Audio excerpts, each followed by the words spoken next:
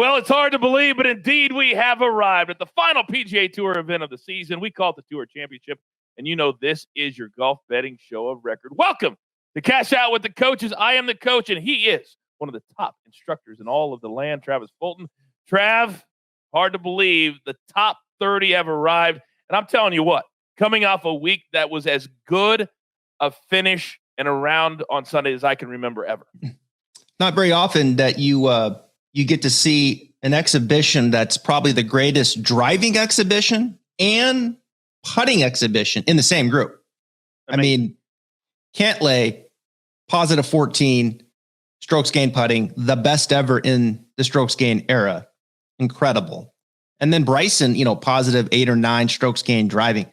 Incredible display. Long, accurate, over and over and over again. It was amazing. I know that the tour took some shots, gosh, it was so easy, Caves Valley, and they undressed it. They did.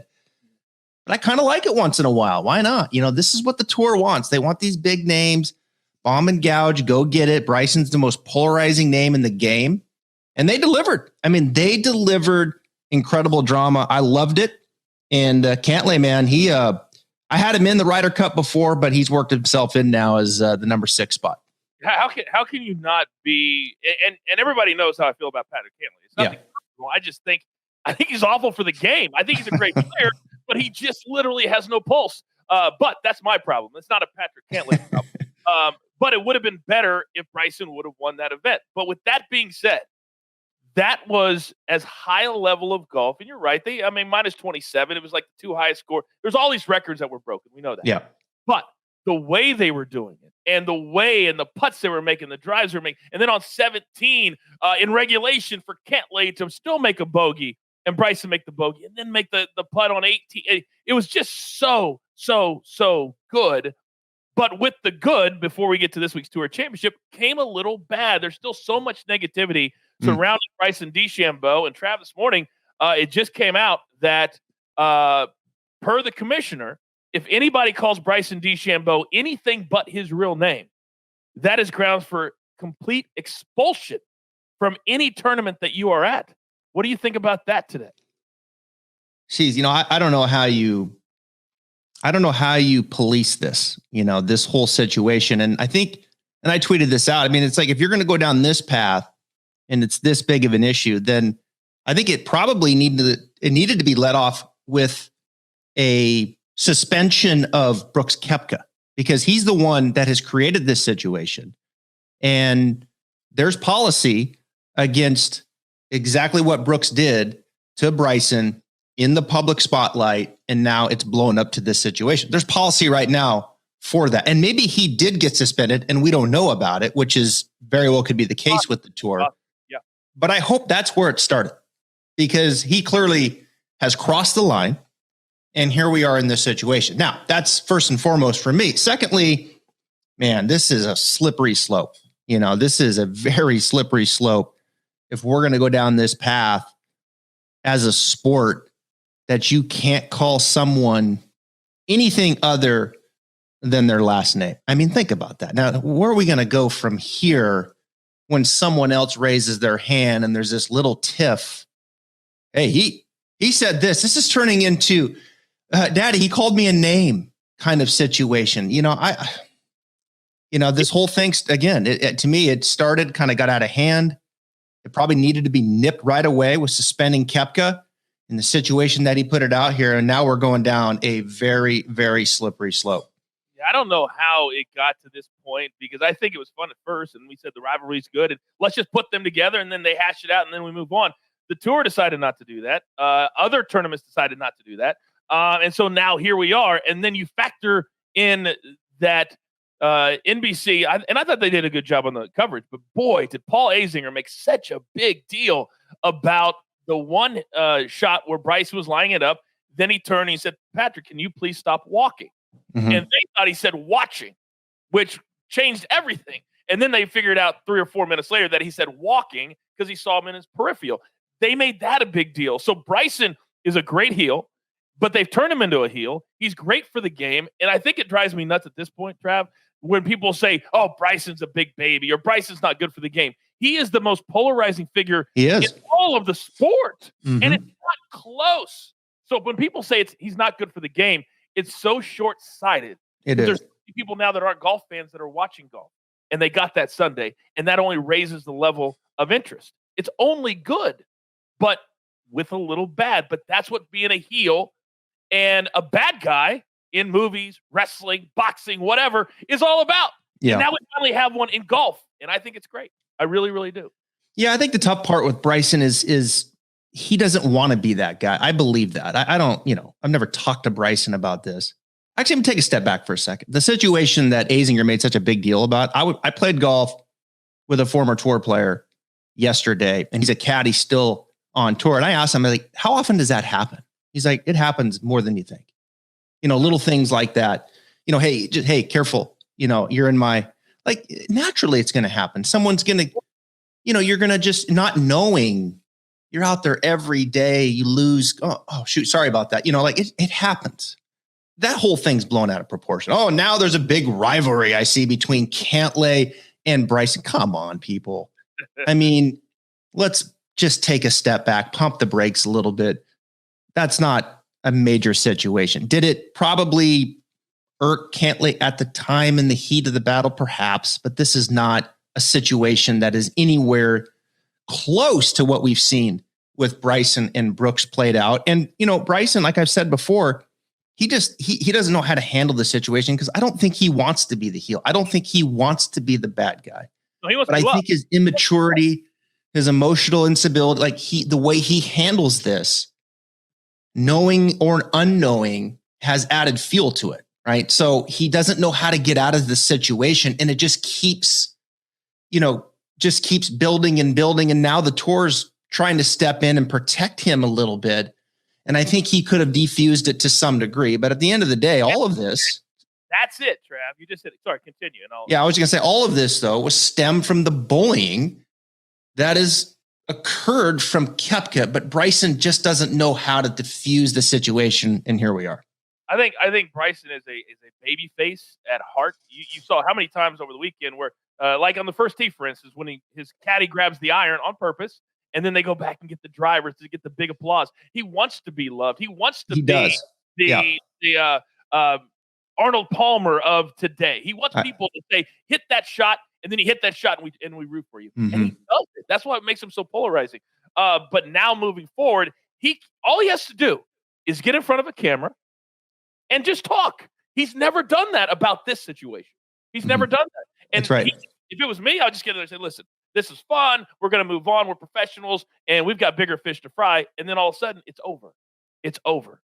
But now it's not over, so we'll see what happens moving forward. But you got to think there's people in his camp from a PR perspective saying, Bryson, here's what you should. Let's do this, and he pushes back. And we've seen. I don't think so. I do. I think he's getting advice not to talk about it. That's what I believe, because you don't go 6 months without one interview talking about this situation when it's the number one situation in all of golf. Clearly his agent is saying no, because if his agent said yes, he would do it. I think he's getting. It's hard to say. I think at some point there has been some intervention. Hey man, let's go about it this way from a rational standpoint to diffuse it. But when you get pushed back so much and he's got the answers, I think, and then you're like, okay, you know what? Do what you want to do. Right. I mean, and it's just absolutely spiraled out of control. And he certainly has added fuel to that. There's no question about it, just from his behavior, both on and off the golf course. Well, we do know for a fact that Steve Stricker, the Ryder Cup captain, has called both guys, Brooks and Bryson, and said, hey, we're going to squash this and we're going to be fine. So we'll see what happens at the Ryder Cup. But clearly, regardless of all of this, we just spent 5 minutes talking about it. And that's what's good for the game. So people can stop with it's bad for the game. It's not. And he's not. He's great for the game. All right, so let's spin it forward now. Let's spin it forward now. All right. This is the best week of the year. It has so many perks. For the 30 that make the Tour Championship, the 30th person is going to make $395,000 in bonus money. Not bad. That's not bad. $15 million to the first place. That's fantastic. You also get in the Masters, the U.S. Open, the Open Championship, essentially the PGA Championship, then a variety of invitation-only tournaments. The Arnold Palmers, the Memorial, those type of. there's so many things that you get if you get to the top 3. So that's a big, big deal. But the other big deal is now at the staggered start, it changes how you bet on this tournament. And I think that's a big deal that people at home really, when you go to a book and say, oh, why is this number this way? Be very, very careful because staggered start. Do you like the staggered start or do you not like the staggered start? I don't mind it. I don't mind it. I think the playoffs have grown on me over the years. I think we've had enough of it now that it's more meaningful at the end of the season. I'm fine with it. Golf is such a unique sport that you have to layer in the advantage of playing well throughout the year, heading into the final tournament. I don't think it's completely fair considering the individual sport that Erik van Rooyen would start at a level playing field than Patrick Cantlay. Like I have a hard time going through that in my head and that making sense. So yeah, I think it's worked out. It's interesting. It's different and naturally gets pushed back. But I think we're close. I think we're very close to having this really, having it nailed, to where it is. So we saw coming in this week, Van Rooyen make another big move, which was cool. So they rewarded great play, guys that were way back. He did that back-to-back weeks. We saw Sergio play his way in this week. And then, reward the guys that have had some consistency and then maybe struggled a little bit down the stretch or even didn't play, like a Patrick Reed, who I'm so happy made it in on the number on 30 because he needs to play and he needs to be seen by Steve Stricker. Like, that's just another storyline. Currently 11th in points. I had him as a lock before all this. Now we haven't seen him in 3 weeks, 4 weeks? It's been a while. Yeah. Been a while. Injury, double pneumonia, COVID. I mean, that's like, and he makes it in. He was like, I was watching that 30 and then it was 30, then he was 29. And then it was like, oh my God. And I was so happy that he made it because I want Reed in Atlanta. I want to see what he looks like. See, I wanted Alex Noren to make it in because I just don't think there is no way that he plays well this week. It's literally impossible in my mind. Obviously, it's all on opinion. Yeah. But he's probably lost 10 to 20 pounds, I'm guessing. I would think, yeah. At least. I just don't see how he plays well this week. But his regular season performance warranted him being at that spot and him getting in. So for that, he's earned it. And I believe I piggyback a lot of what you say because the regular season now is way more important than it ever was before. And that's why top players are playing in the fall, which helps those tournaments. It's all a trickle down effect from September on now. And you saw how much it meant to get in for certain guys. And then guys like Noren, Charlie Hoffman, who missed a putt on 18, and he got knocked out. You saw how disappointed those guys were because for guys like that, it's life-changing. Yeah, it is life-changing, not just about the money, but the opportunities of where they get to play and making that schedule. Well, Charlie's a good example of someone who was rewarded to be in that position based off his play earlier in the year. He had a nice stretch there early in the year. So, and Charlie had, it's been fairly consistent, but he was really good there for a stretch. And he, was there in that situation to work himself in because of that thing, because of everything that happened way before. You have to really go back to the beginning of the season and having some value in week 1, week 2. We start this thing all over again in a couple weeks out in California. And if you want it to be a season-long race, you have to create a playoff system where those tournaments count. And I think they have, and I think we're starting to see that. So that's why I say we're pretty close to where this makes a lot of sense. All right, so here's what it looks like for those of you who plan on betting, and this is a golf betting show. Patrick Cantlay will start at -10. Tony Finau -8. Bryson -7. That's how important that playoff was. John Rahm -6. Cam Smith -5, and then everybody else on down from there. So when you go to your sports book and you see a number, understand that to play a number to win, that it may not be starting at -10. Clearly they're not. So that's why some of the numbers are so skewed. Like you have Rahm +400, but he's starting 4 back. That's how dominant he's been. He's +400. He's the betting favorite. Yep. 4 back. So it's crazy, but it's the way it's supposed to be. So let's get into our picks for the week, because I think this is a lot of fun. I think it's a lot of fun to dive in and figure out the numbers and who's going to figure out what. And normally what we do 5 picks, 2 head-to-head matchups, a top 20, a winner, and a wild card. However, this week, because there's only 30 guys, we're going to do top 10s and a wild card. So that will be the small change that we do this week. So let's get right into it. Your first matchup, Trav, looks like what? All right, let's see here, Cody. Fire it up. Number 1. It must be a long season, because here I am betting on Sungjae M over Victor Hovland. I have completely lost it, folks. Can I say it? Yeah. Your boy. He is my boy. Well, he used to be my boy. I used to make a lot of money with Sungjae, and then we had a falling out. I broke up for pretty much the entire season. So whether fatigue is setting in, because we know Sungjae is not fatigued. No. Dude plays. He'll play next week by himself at a tournament. So we know he's not. I might be, and I'm going to fade Victor Hovland for a second time, who just edged out Jordan Spieth in my head-to-head. So look, Sungjae, he can be up and down, but he's playing some really good golf right now. And Spieth had a couple kind of bummer rounds there, bounced back and almost got back up to Hovland. But I'm a little just worried with Hovland's short game and putting. We're seeing this consistent stretch here of some issues again around the green. Like we've seen from him historically, it got better. And now he's on a run here again where the wedge game's not as good around the green. The putting is slipping. And I think Eastlake, he's going to need more of that from last year. So it's probably a bit of a bogey on me. Last week wasn't as important, the short game. This week it is. I've played Eastlake. Let me tell you something. There's some cabbage there. And you're going to have much more difficult shots there around the green. I like how Sungjae is trending. I'm fatigued. I've lost it. Give me Sungjae plus 115. I had Sungjae last week in a top 5 finish. He hit it tremendously well. He did. Any other week, he wins. Rory wins. Sergio wins. Yeah. Sungjae played beautifully. He played great. He's really hitting well. I love this pick. I actually have Sungjae doing really well this week on my board too. Love it. My first matchup, I'm going to go with a guy who's red hot. Yep. Red hot. Eric Van Rooyen, minus 135. Billy Horschel is only in this far because he had the win at the match play and a couple other good performances. But the last month has not been good for Billy Horschel.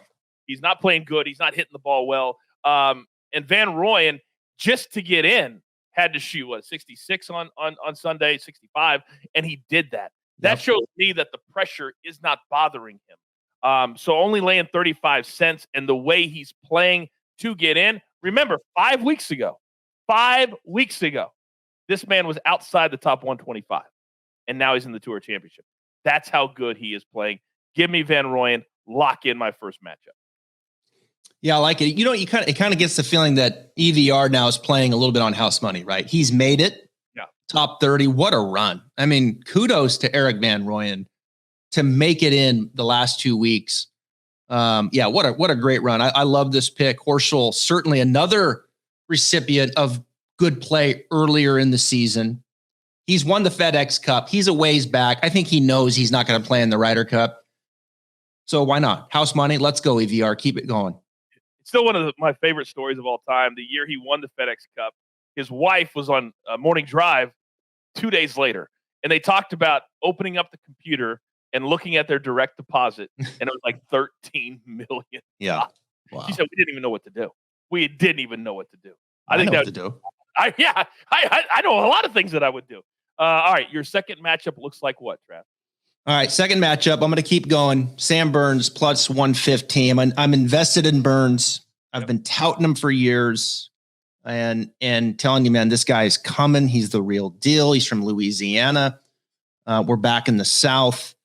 He's playing for the Ryder Cup. I think he keeps his great play going. I think he's been on a great run here. Second at St. Jude, 21st at the Northern Trust, 8th at the BMW. The guy's got it all. He's long, he's accurate, he's a good iron player, he's a great putter. Answers had a nice year. I think Burns is the better player. I think Burns is playing for more. I think he's focused. He's back on Bermuda greens. He's called Bermuda Burns for a reason. He keeps it rolling. Sam Burns, let's do this. Let's get on the Ryder Cup. Enough with the Kisner talk. I'm always amazed at how you make up names for Bermuda Burns. That's hilarious. By the way, when he played with Tiger Woods for the first time, that's when I knew Sam Burns was something, because he beat Tiger that day. Yeah. And the bigger the star he plays with, although Rory beat him pretty good on Sunday, but when he's matched up with really big name players, he really steps his game up. And I think Answer is a little bit tired. I think the win late took a lot out of him, and I love this play. Plus, you're getting plus money. By the way, both of Travis's matchups are on the same line, meaning they're starting with the same score. Right. So that's very, very important, as are mine. My second one is Sergio plus 105 over Daniel Berger. They're both starting all the way back. They're starting 10 back. They're starting at even par. So they probably won't win. You don't know, but they probably won't win. But I only need Sergio to beat Berger. And the way he also, like Van Rooyen, finished on Sunday at the BMW, he needed a low round. He did it. He had to get up and down from the bunker, almost hold it out. It was an incredible bunker shot. He gets in. I think he continues his good play. Full transparency, I bet against him every single day except Sunday and lost every single day except Sunday. I'm done fading Sergio. I'm in the Sergio camp. Plus 5.2 putting last week. Let me tell you something. If he does that at the Ryder Cup, we're in trouble. Big time. Because the dude can go off the tee and he can go approach game. And, you know, this is of course, short game is better than average. Sergio putts. He's still one of the best players in the world. I mean, he is. His ball striking is that good. His short game is fine. If he putts like that, plus 5.2, which he's not likely to do, but if he does, and this could be his final. This could be his final Ryder Cup too. I mean, he's over 40 years. Usually, you don't make it that late into your career, so this could be his last year. So we'll see. All right, we are now to our top 10 pick of the week, and I love when we only have 30 guys to choose from. It's juicy, and I like it. What do you got, Trev? Well, I'll go top 10. Rory McIlroy minus 120. You know, you look at who has played the best at Eastlake. Xander is one. We know that. Xander loves this place. Look for Xander to play well again. But number 2, and right on his heels, is Rory. Rory plays this golf course exceptionally well. Anytime I start seeing the putter starting to warm up a little bit with Rory, and he's just kind of waiting maybe a little bit on the approach game, I get excited because he's confident with the putter. The approach game's coming. He drove the ball last week, maybe as well as he has. In fact, I would say 2 of the last 3 weeks, he's driven the ball the best I've seen him drive it in quite some time. His putter is heating up. Give me a little more out of the approach game, Rory, and you're going to make a run at this thing into the top 10, given his history here. I'll give up 20 cents on McIlroy. I love this pick. I won a lot of money on him last week. This week, he's starting well back. He's going to be 7 back to start. So to win, he's going to have to play spectacular golf. And Cantlay will have to play average. But for a top 10, I love it. I absolutely love it. For the record, he's starting at T16. So right now he's 2 shots out of the top 10. Correct. Yeah. My top 10, I'm going to go with Sungjae In. And I'm getting plus money. I thought this was a tremendous. My boy. Your boy. Tremendous number. He said that his iron great. He's playing as good as I've seen him play in months. Him and Rory, these 2 picks played spectacular golf last week in Maryland. And giving me plus 170 in a field of 30. And all he's got to do is beat 10 other dudes. He's also starting well back. But again, it's just a top 10. And I think when you start staggered on Thursday, it's much easier mentally than if you're 7 back on Sunday and you got to leapfrog 5 or 6 guys to get into the top 10. It's much easier to do. So I love this number, and I love the way that M is playing right now. He's a foreign player, and he'll go like this for a while. So, you know, when he drops, he's going to drop. He's going to make a triple, double. Like when he drops, he's going to fall off the earth, right? He does do that. He does. But he'll extend this, and I like it. I think he's in really good form right now. Love it. All right, now Here's where it really gets fun. Because no matter what sports book people use, I guarantee you when they opened it up for the first time this week, they went, what? What? John Rahm plus 400, Cantlay plus 400. Yeah. And then all of a sudden it goes plus 2,000. Well, it's because of the staggered start. So when you bet a winner this week, they have to win the tournament, not the base score. They've got to win the whole thing from where they're starting. Very, very important. Who do you got, Trav? Well, I mean, clearly Rahm is the best player. We know that in the game right now. But I'm going to, it's the last game. I'm going to come down a little bit. We've got some work to do, and I'll go with Dustin Johnson to win this thing at plus 2,000. I need some horsepower. DJ has it. Cantlay coming off an emotional week. He putted the absolute lights out. We know that's not going to sustain. I'm a little worried about fatigue with Rahm, a little bit. He's been playing a lot, coming off. He looked a little gassed on Sunday. So I'm a little worried there with fatigue. So perhaps do they open the door a little bit at the top? Just a little bit. Finau, I'm not worried about running away. So I don't know. I'm making the case for someone in the middle of the pack to make a run after the guys up top are not making everything they look at from 35 feet. And here comes DJ, 67 on Thursday, 66 on Friday. And all of a sudden you're 2 or 3 back heading into the weekend. So that's where I'm going. Vegas probably tends to agree with me on that, that he'll make a run. And I'm here for it. DJ, like Rory, is putting very well. And when these guys like DJ and Rory, when you see the uptick in the putter, you get excited because okay, the distance off the tee, the iron game, I got more confidence in that coming back quicker than I do them getting on that run and that build up with the putter. So I kind of feel the same way with DJ. It's building, it's coming. 6th the BMW, +6 in putting, dominant off the tee approach game. Got to get a little bit better, and off we go. When I saw this pick from you, and it came down to one of 2 guys for me because of value. We talk about value betting all the time. Exactly. You never bet plus 400. I don't care if they're leading or not. There's just no fun in that. You're not going to make any money. You got to have, you said the word horsepower. You got to have horsepower. You also have to have somebody who's not afraid to go low. Some guys just love to sit in that 69, 68 range all the time. Not DJ. Yep. And not my guy either. My guy is Cam Smith, and he's starting 5 back in 5th place at 5 under par. We just saw this dude 2 weeks ago nearly shoot a 59. 3 weeks ago, 92 putts in an entire tournament. This dude is the epitome of not scared to go low. And I like the fact that he's starting in his own position.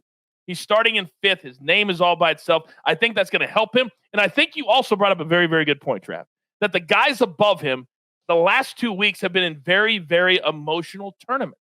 Finau 2 weeks ago. Rahm was right there. Cantlay and Bryson. Those are the 4 guys ahead of all these dudes. They all had emotional weeks. It's hard to bounce back from that. By the way, Rahm, I think you're onto something. You don't have a 4-month-old baby traveling with you and not be awake a lot. And also, if you notice, he put on a little bit of weight, a little bit of baby fat, as I like to call it. A new baby fat. So he's starting to have a little bit of a gut, but like other guys, maybe that's helped him. Don't lose it. You might lose some of your game. I don't know. But I think you're on to the fatigue factor for Jon Rahm. So I love Cam Smith just starting right behind those guys at plus 2,500. Yep. I think, and Cam's starting 1 ahead of DJ, and you're getting better odds. So, yeah, I could see this thing bottling up a little more than years past. To be clear, he's starting 2 in front of DJ. DJ's at -3. Oh, that's right. Cam's 5. That's right. Cam's 5. So just to be transparent. Yep. All right. Now our wild card. It could be anything on the board that you like. Trav, who do you got? Well, he's getting closer. I'll stay with him.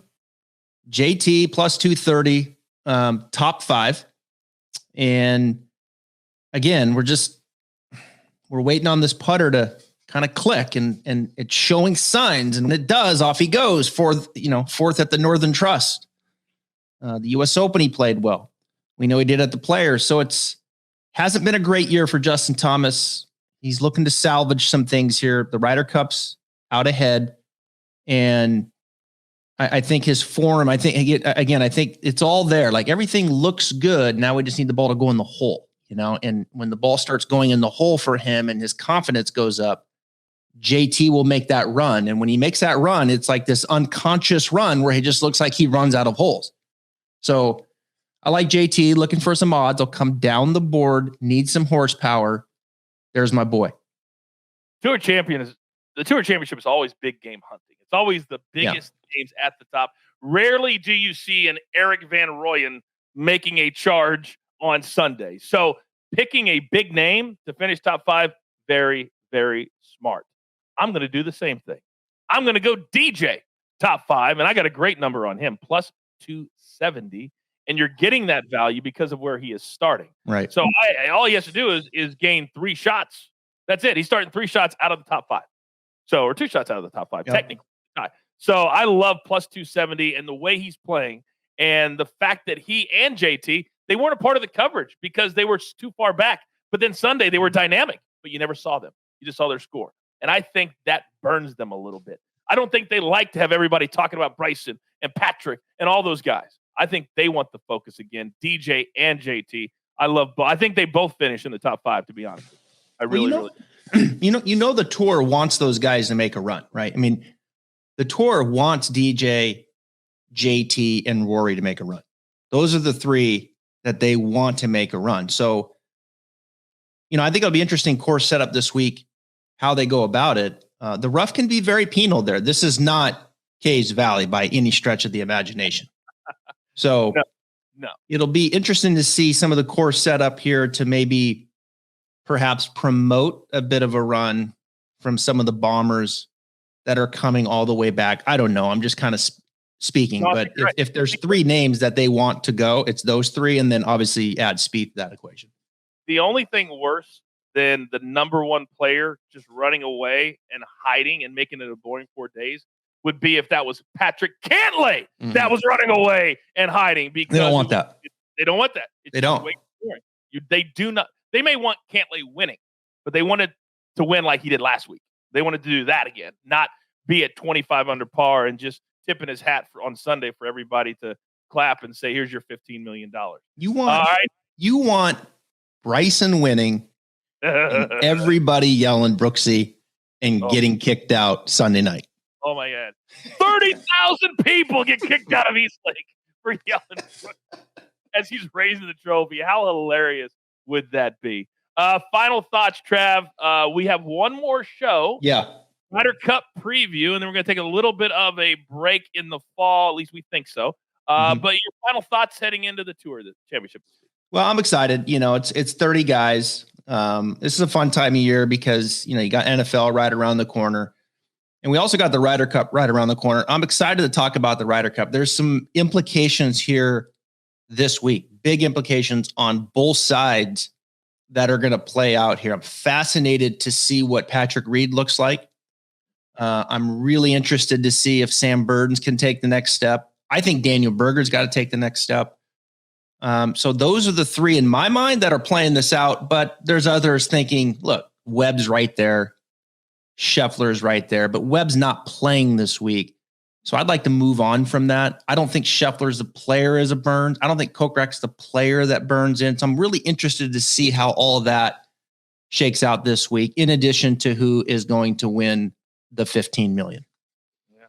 Well, it could be Mr. Bryson. I want to make sure we're very respectful on this show because we don't want to get kicked out of our own show by calling him anything but Mr. Bryson. We do want to thank tremendously our partners, our sponsors at SportsPub Media. They've been amazing all year. We hope to continue the show into 2022. Samantha's been amazing. Cody's been awesome as our producer, and I've loved doing the show with you very, very much. So hopefully we get to continue this. If not, it's been freaking awesome. Yeah, it has. See everybody for the Ryder Cup show. Remember, if you're going to cash out every single week, why not cash out with the coaches? Good luck. See you.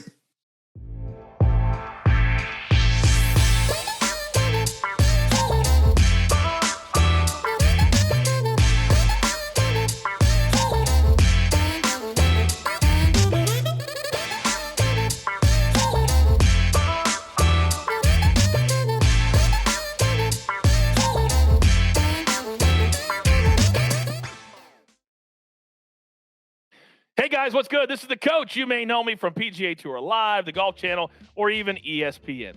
I wanted to interrupt this YouTube video real quick to tell you how to get the best and most entertaining golf betting content every single week, and it's all for free. It's called Cash Out with the Coaches. I've teamed up with legendary golf instructor Travis Fulton, and he's also a PGA Tour insider, to bring you the unscripted, unfiltered PGA Tour betting talk and analysis. All you have to do is subscribe to SportsPub's new channel, and you'll get access to our Cash Out with the Coaches show before every single PGA Tour event. You can also play along with the coaches, too. We don't hold anything back on this free show, and all you have to do is subscribe to SportsPub's channel with the button on the video, and you'll have access to every single show. Trust me, you don't want to miss it. Can't wait to see you on the channel.